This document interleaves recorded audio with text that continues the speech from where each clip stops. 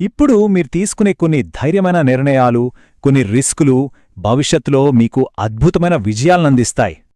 గురుగ్రహ ప్రభావం వల్ల మీరు పక్కాగా లెక్కలేసుకుని చేసే ఈ సాహసాలు లాంగ్ టర్మ్లో మంచి లాభాల్ని, బిజినెస్ విస్తరణను తీసుకొస్తాయి. సరే, ఇప్పుడు డబ్బు విషయానికొద్దాం. ఎందుకంటే ఇక్కడ ఆదాయం, ఖర్చుల మధ్య ఒక సున్నితమైన బ్యాలెన్స్ అవసరం. ఈ నెలలో మీ ఫైనాన్షియల్ పరిస్థితి ఒక బ్యాలెన్సింగ్ యాక్ట్ లాంటిది. ఒకవైపు ఆదాయం పెరుగుతుంది, కాని ద్వాదశ స్థానంలో ఉన్న శని ప్రభావం వల్ల ఖర్చులు కూడా పెరుగుతాయి. అయితే కంగారు పడాల్సిన పనిలేదు. ఎందుకంటే ఆదాయం అనేది ఒక్క మార్గం నుంచే కాదు, రకరకాల మార్గాల్నుంచి వస్తుంది. వ్యాపారంలో లాభాలు రావచ్చు, ఫారెన్ ట్రేడ్ లేదా ఎంఎన్సీ జాబ్స్ ద్వారా డబ్బు రావచ్చు, పెట్టిన ఇన్వెస్ట్మెంట్ల నుంచి రిటర్న్స్ రావచ్చు, లేదా వారసత్వ ఆస్తి రూపంలో ఆకస్మిక ధనలాభం కూడా కలగవచ్చు. సో ఖర్చులు